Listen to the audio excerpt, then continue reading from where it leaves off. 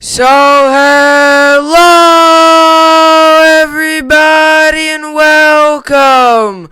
Yes, welcome back here at BSN Network. Today back here, BSN Network. This is the BSN Network podcast here today. It is Wednesday, March 3rd. Hope everyone's having a good day so far and a good rest of their day. Yesterday, it is in fact Wednesday, March 3rd. We are now halfway through the week. We are now halfway through the first week of March, I guess you could say, because, March 1st was on Monday. And baseball is back in full swing. We are now, only 28 days now really away from the start of the MLB season. 28 days, 27 days, whatever the case may be, somewhere in that vicinity, as opening day is April 1st. And we are on March 3rd right now, third day into March. 3 days into spring training baseball. Yankees played their first game. Yankees got another win yesterday, 4-2. It was not televised, which I knew that was coming in. It was not televised, but I had it through the ESPN. I had it through the ESPN app. The play-by-play where you could get the little strike zone, who's up, and it says ball, strike, ball, foul ball, hit, single, whatever. So I was watching it through that, which was interesting. But nonetheless, it's just spring training. So at the end of the day, it's not terrible that it wasn't on TV. But Yankees got a good win yesterday. Like I said, it's spring training. And, it's spring training. It's always good to get a win, though. It's always good to watch a team win. It's always good to see a win. So it's spring training, and I get it. It's not the biggest wins in the world. When we're sitting in the middle of the year, we're not gonna remember the Yankees beat the Orioles 4-2 in spring training. But still, a win's a win. We moved to 2-1 in spring training. Rangers also got a very big win yesterday to get back on track. Rangers, as they enter a brutal schedule coming up, they have 6 games on the road coming up. 2 against the Devils, which are very winnable. And then they get into games against the Bruins and some different games like that. So really tough schedule for the Rangers coming up. And it starts tomorrow and it doesn't help when they're on the road. And I don't care if there's fans or no fans. Being on the road is still a disadvantage. And there's always different. Being at your own home, going to the stadium on your own, right? There's something always different with a home game rather than a road game. And for the Rangers with fans in the stands, it does make a little bit of a difference going to other teams without fans or some with fans. Devils have fans and Bruins are going to have fans. I think their first game with fans are going to be against the Rangers. So go in for the Rangers yesterday. Kentucky lost yesterday. I mean, what it is. I mean, this is a team that's struggling. We're learning. It's tough. It's really hard to win a game when you get out-rebounded 42-28. That's kind of the storyline. But it was weird, too, because the Rangers game yesterday, and, like I said, I'm going to touch on Kentucky, but, people got to realize, right, Kentucky's not good. They're not that good. They're not good this season. People got to realize that, right? So I'm not going to spend hours talking about Kentucky. We all know they're not good. We all know that. We all know. So I'm not going to spend hours talking about a team that's done. They still got the SEC tournament, and we would need to pull off one of the biggest miracles I've ever seen to win it and go to the March Madness. But, Kentucky's done. Kentucky's done. And we have one more regular season game. Then we go to play in the SEC tournament, and more than likely, we're not going to win it. And if we somehow do, that would be amazing, but more than likely, we're not. So we'll see how it plays out. But the Rangers game yesterday, I had to watch it on my phone because that wasn't on TV either. So not much on TV, even though it was a big sports night, not much on TV. Knicks also took a loss. Nets played today. Rangers day off. Yankees also played today. So good amount of sports on once again. But yeah, with all that being said, these are the topics for today. We got the Jets offseason update. So I decided Henry Anderson got released yesterday by the New York Jets. He got released yesterday. And Marcus May, there's been a lot of rumors surrounding him. Allen Robinson, there's been a lot of rumors surrounding him as well. So I thought instead of Sam Darnold today, head coach and GM Joe Douglas and head coach Robert Saleh had their interview today talking about just various different things with the teams. And one of the questions that came up was about Sam Darnold, and Joe Douglas said he would be willing to talk, trades with Sam Darnold and talk about, he will be open to taking calls about Sam Darnold and will be willing to trade him. So that was big news. So I thought instead of talking about all this stuff on different topics and having a whole show about the Jets, I thought might as well let's just put it all on one topic. I'm really going to be honing in on Marcus May and Henry Anderson, because those are the two bigger stories, and I'll talk a little bit about Al Robinson and a little bit about Sam Darnold, but I thought I'd just give you kind of a Jets offseason update. As we sit here on March 3rd, about a month and a half until the draft is, as we sit here on March 3rd, about a month and a half until the draft is, I decided, let's talk about some of the Jet stuff, and let's, kind of go with that stuff. So we'll be doing that first topic. Then the next topic will be Yankee spring training. Also kind of an update overview. I decided, I'm going to give you a little bit of Yankee spring training. Guys that I see are playing well. Guys that I see are struggling. Your normal stuff like this. And like I said, spring training, you're going to see a lot of prospects. You're going to see a lot of young players. So, obviously that's pivotal for every team and every coach and especially a fan. It's exciting for spring training to see some of these younger guys, some of these prospect guys play, because you want to see what the future of the team is. And that's what I've been seeing. I've seen many different guys make many different strides. And if you base off of last season's spring training to now, you could see players who made improvements. You could also see players that, are about the same, or you could see players that might be completely fighting for a roster spot on the roster come opening day. So we're going to kind of give you that. Then to finish it off, we got our normal New York sports update. Like I said, Rangers played yesterday. They have a day off today. NBA, NHL, college basketball, and fantasy. And in Kentucky, lost yesterday. They don't play until Saturday. Then you have the Rangers off. Islanders also played yesterday. Knicks played yesterday as well. Nets play today. So for the most part, New York sports not too much on today, considering Knicks are off, Rangers are off, Islanders I believe are off, Kentucky's off. So although Kentucky's not New York sports, but for the most part, the Nets are going to get a lot of attention. And Nets game tonight's on ESPN. It's nationally televised as well, which should be exciting. So you can find it on either channel, but most people, if you don't get Yes Network, you'll be watching on ESPN. If you would be interested in that game. So with all that being said, this is the BSN podcast, and let's get right into it. So the New York Jets released defensive end Henry Anderson. I kind of decided not so much just to talk about strictly this, but I'm going to spend some time on this.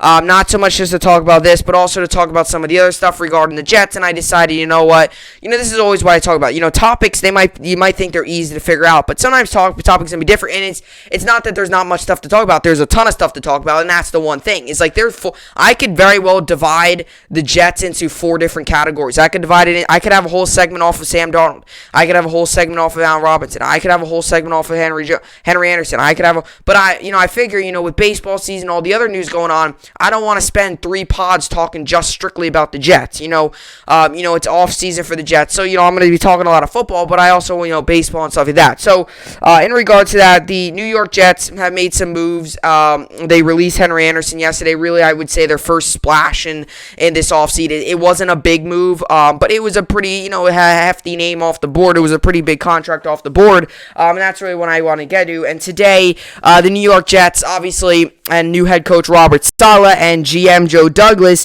had a press conference today, which is your usual press conference that takes place when you're at the Combine. But with the Combine not taking place this year, they decided to just do it today. You weren't able to listen to it or anything, but I was able to see some clips. I was able to see some, people, some of the things that they were talking about and all that kind of different stuff. Just multiple different things. Joe Douglas opening up about, Sam Darnold and Robert Saleh talking about, the secondary and what he wants to do with that. Your normal off-season stuff, your stuff like that. I personally like it because I like to hear these coaches' plans. I like to hear the GM's plan, and I like to hear all that stuff. Ultimately, trying to build a roster that is a Super Bowl caliber roster. Do I think we're going to do that this season? No, I think we're going to definitely make big strides, and I would say I think we're going to make big strides, and I would say the Jets are in a pretty good position right now. But obviously, we still got so many moves to make, and that's why it's so hard to judge. But yeah, like I said, I've been talking about this all the time. In regards to the Jets and their new head coach and stuff like that. And it is really crazy, that as a Jets fan, and I'm going to get into some of this stuff today, but, there's some of the things to kind of take away from their interview and stuff. It really is crazy, as Jets fans, how just a couple months ago, we were witnessing the destruction of our franchise. And we were witnessing some terrible losses. We were witnessing terrible coaching. We were witnessing terrible play. And it's crazy how just in a couple months, your mind can go from completely like, we don't even know if this franchise is even going to be able to win anymore, to now possibly having a mindset of, oh my gosh, we can actually see the light at the end of the tunnel. We can actually see wins coming. We can see good football coming. Is it going to happen this year? I don't know, but I'm saying we could see it coming. It's going to happen within the next couple seasons, and I think this year we're going to make improvements. I think this year, and an improvement, I know some people might sit there and say 3-13, that's an improvement. Yes, technically it is, but I'm not talking about 3-13. I'm saying this year, depending on what our schedule gets, I could very well see this team going 6-7-9 or something like that, right? Somewhere around that. I don't want to quite get into the record and stuff because we haven't made any free agency moves. But all the coaching decisions we've made, the front office decisions we've made so far where we're doing things right. And like I said, the Jets, if they just do little things right here and there, if we perfect this offseason, which so far we have, and people, a lot of times people, think that perfection in the offseason, meaning going out there and getting every big name free agent. No, that's not really perfection. It starts off with getting the right coach, and so far the Jets have gotten that. And I don't want people to I don't want to hear, that, oh, we don't know anything about Robert Saleh. Okay, look at the numbers. You can't just sit here and say Robert Saleh is not a good coach when we've already seen what he can do. We've already seen what he can do. I mean, we've already seen what he did with the 49ers defense. He took the worst defense in the NFL and turned them into one of the best, if not the best, actually, statistically last season, not this most recent year, but their Super Bowl year 2 years ago, statistically they were the best defense. And he took that team from being the worst defense and put them to the best. And they made some roster moves, but it wasn't that all. I mean, he turned some of those players into true studs. I mean, he turned Bosa into a stud. That's all him. That was Saleh. So, people, if you don't have no information, you can't just sit here and say all this stuff about him if you have no information. So, that's what I would just like to say first, is the Jets right now are making moves, making decisions that are, leading us to the right direction, leading us to ultimately making me and many other Jets fans happy and excited. And it really is crazy. A lot of people don't realize it's crazy what a head coach can do with a team. I mean, head coach really the most important position. He's the guy that's going to get the team ready for every week. And it really is crazy how a head coach can change a team. So, Robert Saleh definitely going to change his team. He's definitely going to bring, much more winning here. He's definitely going to bring better players in. It's really crazy. I mean, the coach is one of the most important positions. Who gets the players prepared on Sunday? The coach. Who's the guy that calls the plays and is out there with the players on the game? The coach. Who's the guy that, is with them in practice, talking to them, communicating with them in film room? The coach, right? Coaches is big. And you can already tell the Jets are in a better position with this head coach already. So, that's good for the Jets. That's kind of just wanted to say so far with the Jets offseason so far. We've done things right. We're looking pretty good so far. And hopefully we just continue to move in the right direction. Which I think with the front office and the way this team's going right now, it looks like we're slowly getting this team back to a respectable football level. And that's honestly what it is. Because this team has been down in the dumps for the past couple seasons, and I think Robert Saleh and GM Joe Douglas are going to bring this team back. I'm not saying Super Bowl, I'm not saying best team in the league, but bring this team back where it's a respectability, where you're competing every Sunday, where you're going out there giving it your all. Under Adam Gase, the Jets didn't have that. So, but Saleh, I think we will. So, the New York Jets released defensive end Henry Anderson. So, yesterday, the New York Jets made a decision to get rid of defensive end Henry Anderson. And this move came after, another down year for Henry Anderson and things like that. So this is obviously really the Jets' first decision this offseason, really their first. I don't want to say big move because this isn't really a big move. It's a smaller move, but I'm sure if you're a Jets fan, if you're a Jets fan, you got to know who he is. You can't be a Jets fan and not know the players on the team. But obviously, given that I'm a Jets fan, given that I've seen him, he's been with the team for a couple years now. Henry Anderson got released yesterday. Like I said, I don't want to act like this is the greatest move ever, and I don't want to say I'm so glad this move was happening. All I can say was it was a good move. It was a good move. We got rid of some cap space. We freed up cap space. And he started 24 games for the past 3 seasons with us, which was pretty solid. 24 games in 3 seasons is pretty solid. So he started all those games for us, and 24 games, and he played in much more. He had 16 and I think 13 and 16, but he only started 24. So, a guy like Henry Anderson, he came over from the Colts, came here, and obviously good. And it makes sense to release Henry Anderson because you're not going to be able to trade him, and you're not going to be able to trade him. You're not going to be able to get much for him. He's not that good. But with Henry Anderson, he takes up a good amount of cap space, and the Jets are going to save $8.2 million in cap space, which is going to definitely put them up. And this gives the Jets going from about $67 million to now about $75 million in cap space, which $8 million. That can make a big difference. I mean, it might be a small number, but that could be a big difference. I mean, $8 million is a good amount of money. And then, the Jets to be at $68 million, give or take wherever you want to stand there. Then to free up the $8 million, give the cash to the Jets cap space. Not much dead cap there, but about $8 million. About $8 million will be to the Jets, and about 1.3 of that million they gave Henry Anderson is considered the dead cap or the charge cap or the guaranteed money that kind of just lets out there, and that's what hurts a lot of NFL teams. But luckily, when the Jets obviously made this deal, 1.3 million was only really like the guarantee, the dead charge cap out there, and that's, to be honest, that was pretty good because 1.1 million is not that much. It's not that much at all. In sports standards. I don't want someone to take this and go the wrong way with it. I don't want to sit here and say $1 million isn't that much. $1 million is a lot. But for sports and for players and for franchises, $1 million to pay a guy is not that much money. So, it wasn't that much. $1.3 million will remain as like the dead charge cap, which really isn't that bad. But to kind of give you a little bit of a backstory on Henry Anderson, because I'm sure many people don't know who he is. We got him from the Colts. He was, kind of a guy that couldn't stay in the field. Was very well injury prone with the Colts. We got him from the Colts. It was kind of just one of those things where, it was just one of those things where you got to pick him up and see where he goes from here. And we got him from the Colts. And in his first season with the New York Jets, he made a splash. And he was very dominant with us his first season. You can make the argument he was our best defensive lineman. And that's what's so weird is he had a really good first year with us. He tallied 7 sacks. He had a really good first year with the New York Jets. I mean, he looked good. I really started to like him when we first got him. I was like, okay, who's this guy? And then he stormed onto the scene, and he was making tackles. He was making plays. He was playing smart. He got 7 sacks, which isn't that much, but for a guy who you got for very cheap, I was like, oh my gosh, this guy actually could play well. And he was playing really well, and he was looking good, and all that good stuff. He got 7 sacks, all that stuff. And the New York Jets went out, and they said, you know what, let's give him a little bit of an extension here. They signed him to about that 2-3 year extension, and ever since that, he hasn't done anything. And I always talk about it here on the show. I talk a lot about 1-year wonders, and Henry Anderson was one of them. He wasn't very good with the Colts, came to the Jets, and I was like, a lot of people thought maybe it was just the defensive scheme. The Colts' defensive scheme was different than the Jets. Maybe he just fit into the Jets scheme. Jets got him, still relatively young. He had 7 sacks. He was doing great.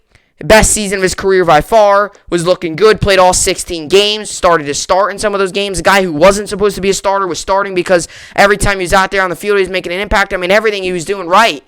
And then all of a sudden, the next year we got him, and he did nothing. And then in this most recent year, he also did nothing. So, other than block a punt this year. But other than that, it wasn't. And this would be one of those situations, and every team has it. Every team does it. And the Jets made a mistake here. This was a 1-year wonder situation. You got him. He had a great first season, and he hasn't been good ever since. And, I don't know what it is. I don't know if it's the fact that, I don't know what it is. I don't know if it's the fact that his first year was under Bowles, his second year was under Greg Williams with us, and then most recent this year was also under Greg Williams. So I don't know if it was just Greg Williams' defensive scheme, if he just didn't fit it, or if it was the fact that we got guys like Quinn Williams and stuff, and it kind of bumped him off the starting line. Or if it was just the fact that he was just a 1-year wonder. He just had a great year. He looked great. I mean, that's also a possibility. I mean, there's so many of them in sports. Or 1-game wonders, right? I mean, there's guys out there that will have one great year and they'll just stink. They'll stink ever since, and that's kind of what happened. I don't want to make all these projections and say, it was because of Greg Williams. No, I mean, it could very well just be a simple 1-year wonder. He had 3 not so great years with the Colts. We picked him up for cheap. He had an excellent year with the Jets, and in the past 2 seasons, he's looked terrible. He had 7 sacks in his first year with the Jets. The past 2, he's had 1.5 sacks the past 2 years combined. So you could tell he's not nearly putting up anywhere the amount of tackles. He's not getting anywhere the amount of playing time. So, and he was taking up a lot of cap after we signed him because, he looked really good. So, in a cost-cutting, New York Jets released defensive end Henry Anderson. In a cost-cutting move, the New York Jets on Tuesday released veteran defensive end Henry Anderson, who started 24 games for them over the past 3 seasons. By cutting Anderson, who carried $9.5 million in cap charge, the Jets will save $8.2 million, the amount of his non-guaranteed base salary. The remaining $1.3 million will remain as a dead charge. So that's like the remaining cap there. This gives the Jets more than $75 million in cap space as they prepare for free agency. Anderson, 29, was a key player in their defensive line rotation in 2019 and 2020. He played more snaps, 942, than every Jets lineman except Quinn Williams. The Jets can absorb the loss because their defensive line is one of the few areas where their depth is solid. The Jets made a shrewd trade to acquire Anderson during the 2018 draft, sending a 7th-round pick to the Indianapolis Colts. He flourished in New York, recording a career-high 7 sacks in the final year of his rookie contract. Like I said, his career-high 7 sacks was his first year with the Jets. Anderson parlayed his big year into a 3-year, $25.2 million contract with $17 million in guarantees over the first 2 years. Since the contract, his sack production dropped dramatically, only 1.5 over the past 29 games.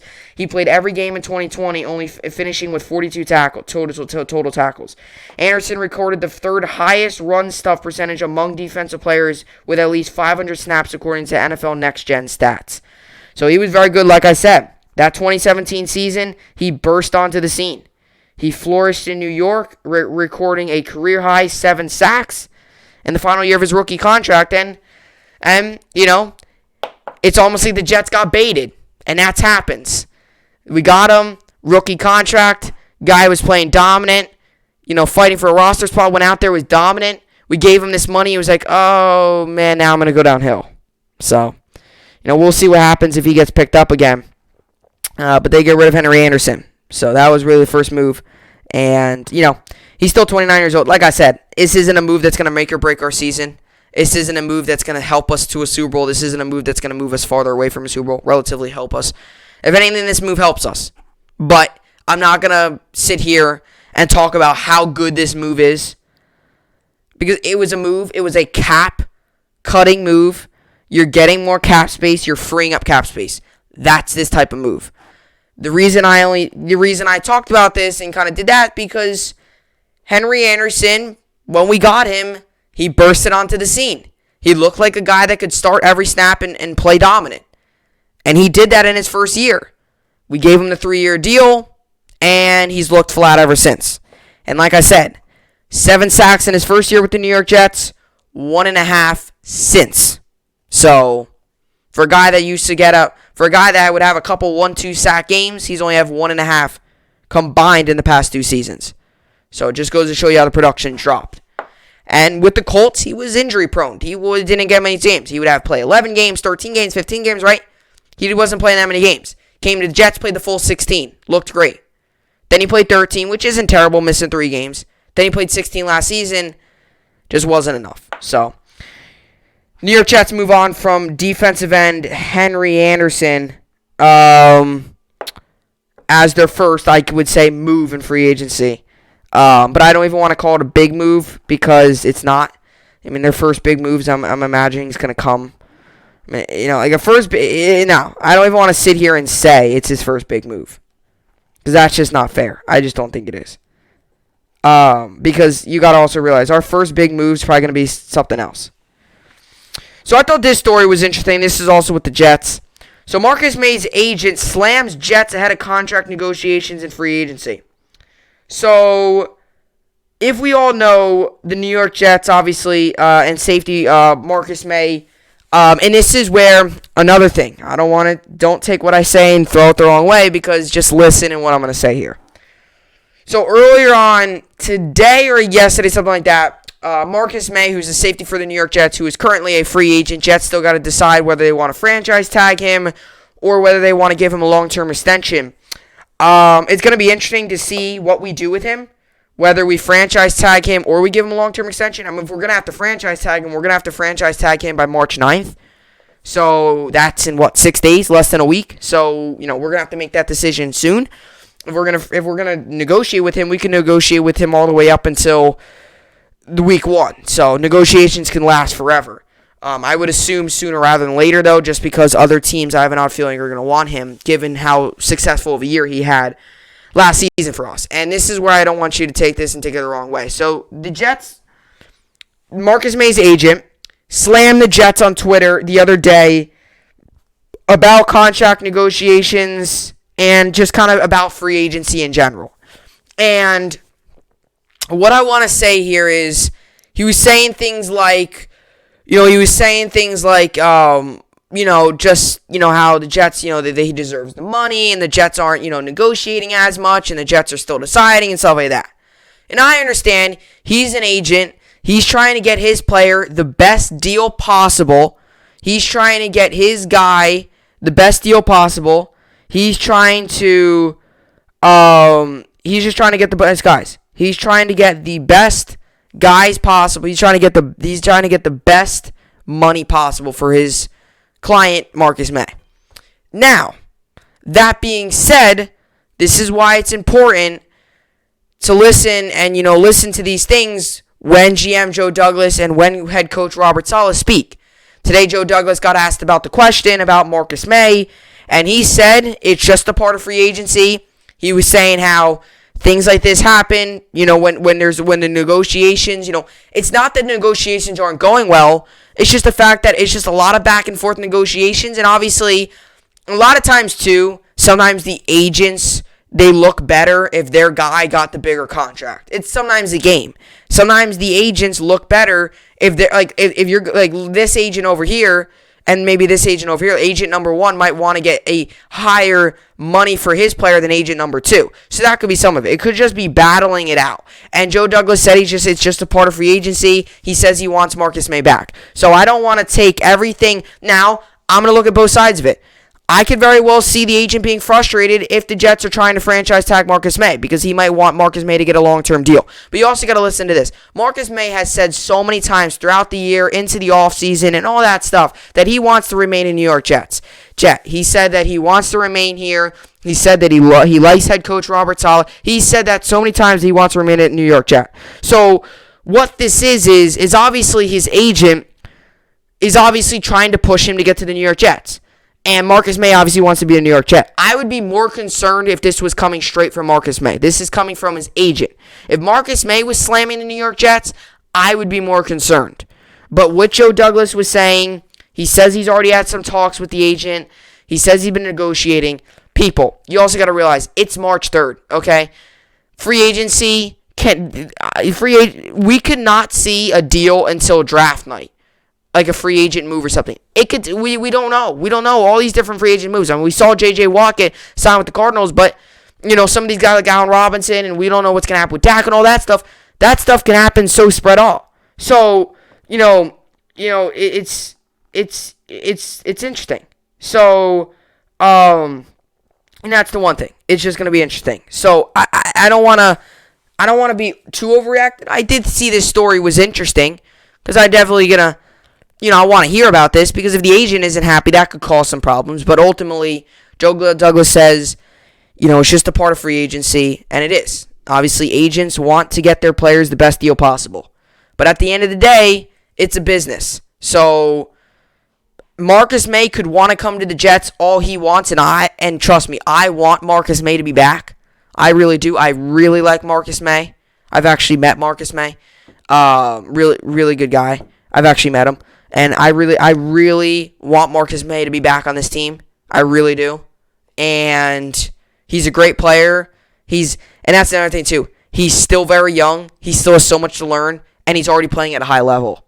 So I want Marcus May back. But at the end of the day, it's a business. And Joe Douglas and this front office is going to do what's best for the team. And if the free agent and if the agent's frustrated and he's not willing to negotiate, unless if it's under his circumstances, then Marcus May is not going to be a Jet. But this ultimately decision comes down to Joe Douglas. Not the agent. Joe Douglas very well could just give him a franchise tag and the agent's going to have to accept it. That's the power of the franchise tag. That's why teams only get one, people. You don't get 50, so you can get every player a franchise tag. Franchise tags are pretty powerful. So Marcus May agent slams Jets ahead of contract negotiations and free agency. Eric Burkhardt, the agent of Jets safety, or the agent for safety Marcus May, lashed out the New York Jets for refusing to work with his client on a long-term contract extension despite their financial resources. Burkhardt responded on Twitter post from ESPN's Field Yates about the Jets' estimated $80 million in cap space heading toward free agency. So he wrote, yet refused to... he just wrote yes to refuse to take a pair of their best player, captain, team MVP, in his prime, all that stuff. And that's another thing, too. The agent, he's throwing all this stuff out here about captain, team, all that, all pro votes, all that stuff. But at the end of the day, it's the Jets' decision. And like I said, I want Marcus May back, and I want them negotiating. But if the Jets feel it's best to give him a franchise tag, then they're going to give him a franchise tag because people, you got to realize, too, Marcus May's not our only priority. We have a lot to do on this team. Joe Douglas, Robert Saleh, this front office has a lot to work to do. We need to figure out the quarterback. Who's going to be our starting quarterback week 1? We have no clue. We have no clue. Is it going to be Darnold? Is it going to be Wilson? Is it going to be some other guy we draft? Is it going to be Watson? Who is it going to be? We have no clue. I'm sure that will be answered on draft night because I have an odd feeling. Obviously, if we draft a quarterback, he's going to be starting week 1, unless if something bizarre happens, like an injury or if you're battling it out position and he doesn't start. Or on draft night, you trade for a quarterback. Personally, Zach Wilson right now, if we can't get Watson, I want Zach Wilson. Darnold, I like and all, but I think it's time for him to change scenery and move on. So, like I said, the Jets don't want to give Marcus May all this money either, because then what? What's going to happen then? Because then you can't build around the team. So SNY Ralph Vasciano previously reported New York is expected to use franchise tag on May with no sign of extension ahead of the March 9th deadline. May took on a more wide-ranging role in the Jets secondary in 2020 after fellow safety Jamal Adams was traded to the Seattle Seahawks in July. The 27-year-old University of Florida product responded with the best statistical season of his 4-year career. He recorded 88 total tackles, 11 passes defended, and 2 interceptions, 2 sacks, and 2 forced fumbles while playing all 16 regular season games for the 3rd time. Obviously, I love it here. I'm comfortable here. May told reporters at the season's end, but that contract decision is not up to me. I can only control what I control. Like he said he amps it, but he understands it too. It's a business. He received a strong 82.9 overall grade from Pro Football Focus, and he received ample interest in free agency, but it doesn't sound like the Jets will allow him to hit the open market. That would likely spark a strong response from Burkhardt, who would prefer for May to land a lucrative long-term deal coming off of a career year. The franchise tag is linked to a 1-year contract, and New York would retain the ability to use it on the safety again after the 2021 campaign. In January, Jets general manager Joe Douglas said a new deal for May would be one of the priorities of the team's offseason. If team does use the tag on the safety, the sides would still have until July 15th to come on terms on an extension before he's locked up into the 1-year deal. Jets may opt to hold off extension talks until next year, however, and instead use their cap space to upgrade the rosters elsewhere, with the front office facing pressure to end a 10-year playoff drought. It's another thing, like I said. I said that just right. I just said that. I literally just said that. Marcus May, he's great and all. He's not our only problem. If anything, the safety position isn't a problem right now because Marcus May's there. And if you franchise tag him, boom, just like that, you can still negotiate. We also got to realize this. The Jets have, like I said, a whole lot other stuff to do. We could use another receiver. We need a receiver. We need a quarterback. We need another offensive lineman. Definitely need a cornerback. And let me mind you, some of this stuff could be through the draft. But ideally, if you can get Allen Robinson or someone at receiver, that's going to be a big contract. Ideally, if you can get someone like a Brandon Scherl or a Joe Thuney out of offensive lineman, that could be something. Cornerback like any quarterback like a Richard Sherman or someone. Not saying the Jets put someone like him at his caliber of a player, right? So the Jets have a lot to do. It's not just Marcus May. So his agent's frustrated, but at the end of the day, and if you ask Marcus May, what would he rather? And maybe he's different. If I was Marcus May, I would be perfectly fine if you let that money go ahead and let them sign players. Because then you know what's going to happen. These players' agents are going to then complain that there's a losing team. Well, if you didn't complain about all this money, there wouldn't be a losing roster. And Marcus May's not the one complaining. It's his agent, which is very common. Because like I said, the agents like to play those games. They like to have their guy, their client, whatever, have the highest contract. So, the New York Jets right now, a lot of stuff going on. But, if, I'm, obviously, it's going to be interesting to see how this all plays out. But like I said, I think with guys like Robert Saleh and guys like Joe Douglas, I trust them. I do. I trust them. So, I trust that they are going to make the decisions that are best for the team. So, we'll see how it plays out. Coming up next, we're going to get into the Yankees spring training update. We'll talk about that and kind of just not really go crazy in depth, but kind of just tell you players that I'm noticing are doing well.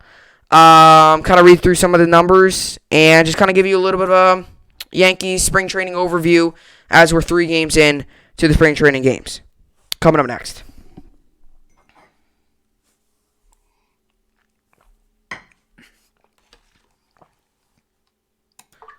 Alrighty, so let's get into this here. So Yankees spring training so far is going pretty well, I would say.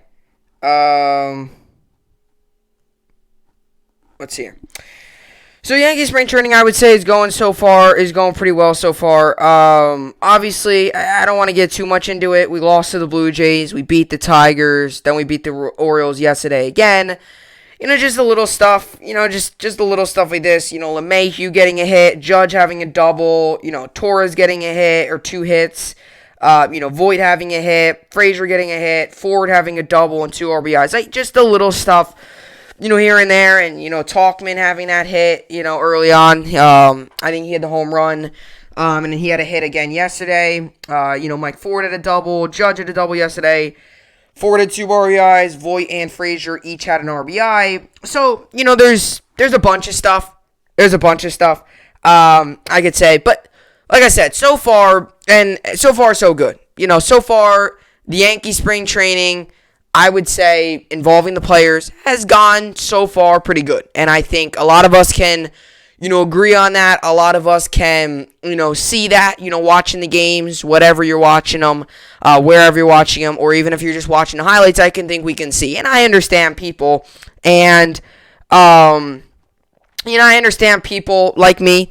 I want to see regular season baseball. But this is also a time to see some of these guys, and the big players, and I've gotten some comments in the comment section the past couple days, and I'm so with you on this, with the big players and stuff, and don't get me wrong, I mean, I've gotten some comments about, wanting to see some of the bigger guys play, and, here's my answer to those comments, and I love the comments, and I love when you guys leave the comments, but one of the comments was wanting to see some of the bigger guys play. And like I said, so do I. And like I said, that kind of goes back into my point involving the opening day stuff. But, this is a time, the big players, right, like the LeMahieu's, the Judge, the Stanton, the Voits, the Fraziers, the Fords, right, they're getting an opportunity to get some at-bats. They're going to be playing. They're going to be on the opening day roster. So they're going to get some at-bats. But progressively, as we get more into spring training, we're going to see some of those bigger guys play. We're going to see more of it. We're going to see DJ LeMahieu. We're going to see Aaron Judge. We're going to see more of them get more at-bats. And that also goes to this whole 7-inning rule as well. That also goes into the that also goes into the LeMahieu and Judge and stuff like that. That also with the whole 7-inning rule with the Yankees and all the rest of the MLB. As we get into the 9 innings throughout spring training, you're going to get more time to obviously, get to see these guys play more. So I'm totally on your side where, it's great to see some of the big players play. And believe me, it's coming. As we get more into the 7, 8, 9 inning games, more of the deeper games, more of the games where it's more simulated action, you're going to see guys playing back-to-backs. You're going to see guys getting more than 2 at-bats. You're going to see guys playing 5 to 6, 7 innings, right? You're going to see that. And as we do it, that's the same thing with NFL preseason. First 4 games, the first game they barely play. Fourth game, they're probably playing about the first half because they got to ramp up. So we'll see that kind of stuff as it continues to go through. But, in regards to some of the smaller guys, not smaller meaning like height-wise, but some of the smaller name guys, guys like, Higashioka, for example. A guy like him, who's not, complete. He's going to probably make the roster as a backup, but he's still trying to prove to the Yankees that he deserves to get playing time. And even though he deserves to get playing time. And we all know with Sanchez that we want to see how he bounces back. And I think Higashioka is trying to prove to the Yankees that if Sanchez is struggling, he deserves to get bounced back. And, it really stinks to see, it really stinks to see, some of these guys like a Higashioka when they go 0 for 2 because those are the guys that you want to see do well. But, we'll see how it all goes. But so far, like I said, the Yankee spring training is going well. And believe me, some of the more players will start playing soon. Now, I'm talking middle of March. I'm not talking today's game against the Blue Jays. They're going to play the full 7 innings. But they're going to play a little bit more day by day by day by day as they get closer and closer and closer and closer to the season. They will play. And eventually, like I said, it's not that far. April 1st, we'll get baseball. And the fact that baseball back is great. And I know, there was no pause here, but the fact that baseball is back is a great thing. And, even and that's another thing. Even if they're getting 2 at-bats, it's still great to see, Judge getting a double. We want to see that. We want to see that. We want to see these guys get to see the ball, get to see the different pitches, make contact, all that good stuff now, rather than when the season starts. So it's good to get some of the guys warming up. Yankees played well yesterday. And the pitching, too, it's going to be really interesting to see how that all plays out, how the pitching plays out. We'll see how all that plays out with the pitching. So, we'll see how that all plays out. So, hopefully, guys like, hopefully guys like Davy Garcia and guys like Jordan Montgomery are trying to play for that final role. Hopefully they go out there and play really well. So, Garcia, Tyler Lyons, Brendan Kriske, Jordan Montgomery, guys like that who are still trying to fight for roster. I mean, Jordan Montgomery's going to be on the roster, but other guys that are still trying to fight for roster spots and still trying to do some of that stuff is really pivotal to see some of this, to have them get some of this playing time. So, that's kind of what I got for the Yankees front. As a matter of fact, mine as well, just give you the Yankees. Actually, I'll talk about it in a little bit. So, that's kind of what I got on the Yankees front. All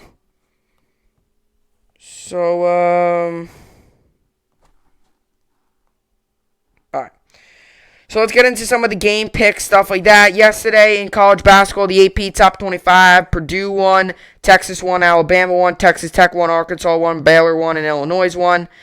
Today we've got, yesterday as well, Kentucky lost yesterday, 70-62. We moved to 8-15 on the season. Like I said, I've been saying this now. I mean, it's a team that's going to need an absolute miracle. When you get out rebounded 42-28, it's really hard to win a game. So, today we got going Villanova, Creighton. I'll give Villanova the win. Florida State, Boston College, give Florida State the win. And San Diego State, UNLV, give San Diego State the win. That's for your AP Top 25 games. NBA yesterday, the Suns won, Nuggets won, Spurs won, Celtics won, Hawks won, and Grizzlies won.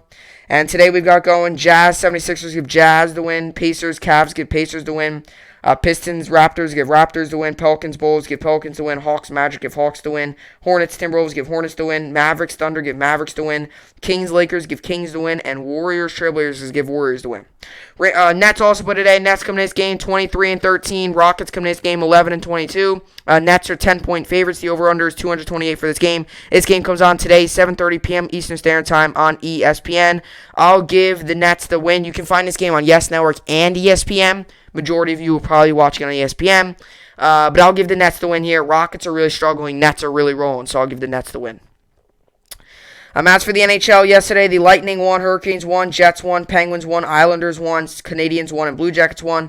Rangers also won. Rangers won 3-2. We moved to 8-9-3 on the season. Big game by Pavel Buchnevich. He had a goal and an assist. Kreider also had a goal, and Lafreniere also had a goal. Lafreniere is starting to play better and starting to get more points. So that is really good to see for the New York Rangers, and really, really good to see. Adam Fox also had 2 assists. Lindgren had an assist, and Mika Zibanejad also had an assist. And Buchnevich also did as well. Colin Blackwell, another great game for him. And Lafreniere and Kreider, your other goal scorers there. Today we've got going Bruins, Capitals give Bruins the win. Maple Leafs, Oilers give Maple Leafs the win. Blues, Ducks give Blues the win. Coyotes, Kings give Coyotes the win. Golden Knights, Wild give Golden Knights the win. And Avalanche, Sharks give Avalanche the win. And as for the MLB here, the Reds won. Giants, Dodgers tied. Padres won. Fernando Tatis Jr. had the big grand slam. Yesterday he had the big grand slam yesterday, which was really big for him. The Padres won, Indians won, A's won, Cubs won, Rangers and White Sox tied.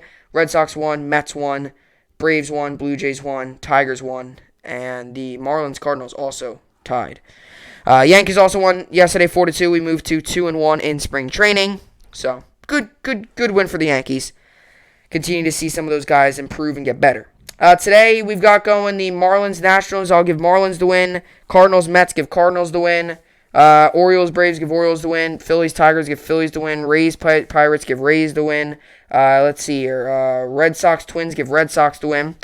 Indians Diamondbacks give Indians the win. Cubs Mariners give Cubs the win. Royals White Sox give Royals the win. Rockies A's give A's the win. Padres Brewers give Padres the win. Angels Rangers give Angels the win. Dodgers Reds give Dodgers the win. And today the Yankees also play. Today Yankees coming in this game 2-1. Blue Jays coming in this game 2-0-1. Yankees. Corey Kluber's taking the mound today, which should be good. And this game comes on at today 6:35 p.m. Eastern Standard Time. As well. So I'll give the Yankees the win. Corey Kluber on the mound. Gonna be interesting to watch him. Gonna be good to see him play. Now I move on to fantasy, and we'll wrap up the podcast. Fantasy basketball, I'm losing 604 to 229, so not going pretty good there. But I've got going Trae Young, Kyrie Irving, Miles Turner, Victor Oladipo, Jeremy Grant, Kyle Lowry. Your injury report is Pascal Siakam still out with the health and safety protocols. Jimmy Butler's day-to-day. Butler knee has been ruled out of Tuesday's game against the Hawks. Anthony Chiang of the Miami Herald reports. So that was yesterday. Jeremy Grant's also day-to-day. Grant quadriceps is questionable for Wednesday's game against the Raptors. And then Fred VanVleet's also out. VanVleet has been ruled out for Wednesday's game versus the Pistons due to NBA's health and safety protocols. Aaron Rose of SI.com reports. So that's kind of that. And then as for fantasy hockey, I made some moves. So today I made a move. So Ryan Ellis got placed on IR. So Jacob Markstrom, who is on IR right now, I don't want to take him off of it. I have Jacob Markstrom on my IR. So I dropped Ryan Ellis and picked up Jacob Chychrun. So he's a defenseman. Really good, 8th position ranked, 2.2 average points per game. I've been eyeing up for a little bit here, but I decided definitely to pick him up. So this is my lineup. I've got. Oh, by the way, I am currently losing 37 to 33, but I still got some players to go here. So I've got going today. I've got going Anzes Kopitar, Nicholas Backstrom, Braden Sheen, Shea Theodore, Jacob Chardron, and Adam Larson. And then my goalies are John Gibson and Mike Smith. So those were the moves I made in the fantasy hockey. And the same injury report. IR, Panarin's still out. So that was that. So that should be good. Fantasy hockey. I gotta do a fantasy baseball league this year, I think. Like I said, everything got messed up, but I was gonna do a fantasy baseball league last year. But everything got messed up with the virus and the season getting put on pause. You know, everything got messed up, and I ended up not doing one. And I ended up not doing one. And I ended up, just doing fantasy basketball, which also got put on pause and ended up getting canceled. So I really, realistically, with the fantasy standards, I had very high goals for fantasy. You had basketball, hockey, I was going to do, but I couldn't find enough people, and that was my one concern this year is if I could find enough people, but I was able to. It was hard, but, That's another thing, too. Fantasy basketball and football, it's easy to find people. I mean, if you ask everyone watches, a lot of people watch football. Hockey, it's hard because hockey's not as popular. Basketball, very easy. Baseball's hard because not as many people watch baseball. So it's not too difficult. I mean, I usually run my leagues from about 6 to 8 people. Usually, leagues are 6 people. I have one fantasy football league where it's 8 people. So it's about 6 to 8 people usually are my leagues. That's usually what I like. Too many, it's not really that competitive because your team is like really bad because you're not going to have that many good players. Too less isn't good because the teams are going to be too overpowered. And also, if it's just 4 people, every week it's a 2-on-2. It's like everyone makes the playoffs. It's just not worth it. It's just not worth it. So that's different. 2 people I don't even think you can do. And neither can you do 6 people. I feel like 6 is about the best because the max is 12 people, I think, and the least is about 4. So it's about in the middle, 6 people. Is about in the middle. So I usually just do 6 people, 6 to 8 people. It doesn't matter. You can't have an odd number. I don't believe so. Because odd number. I mean, unless each team gets a bye week, but that's like dumb. So, but I was talking to someone the other day about this, like fantasy football. I'm confident this year in fantasy football. I noticed like I have a whole plan. I write out a whole sheet of all the players, their numbers and stuff. I noticed during the draft, I'm not really like panic or whatever, but sometimes in the draft I always double think myself. And instead of looking at the numbers, because I always say numbers don't lie, instead of looking at the numbers, I go too much into what I think's the right move, and that's not right. I should go off the numbers more, because if you look at it, the people who do go off of the numbers and stuff usually are the successful ones, because those are the best players. Like sometimes I don't go always off the numbers, and I go off of just what I think's the best, and it's not great. I got to stick to my plan more, and that's what I've been doing in fantasy basketball and hockey, and I've been successful in those leagues. It's just something about fantasy football. The rosters, just the less people on the roster, it's different. Because if you make one mistake, that could be it for your team. So, but anyway, but fantasy football and my teams are pretty decent, I guess. They're pretty decent. So, but yeah, anyway, that's what I got for the podcast here today. But the rest of the fantasy's really fun. I mean, that's really all it is. But yeah. So that's what I got for the podcast here today. Hopefully you all enjoyed it. I will see you all back here tomorrow. Hope you enjoyed it, and thanks for watching.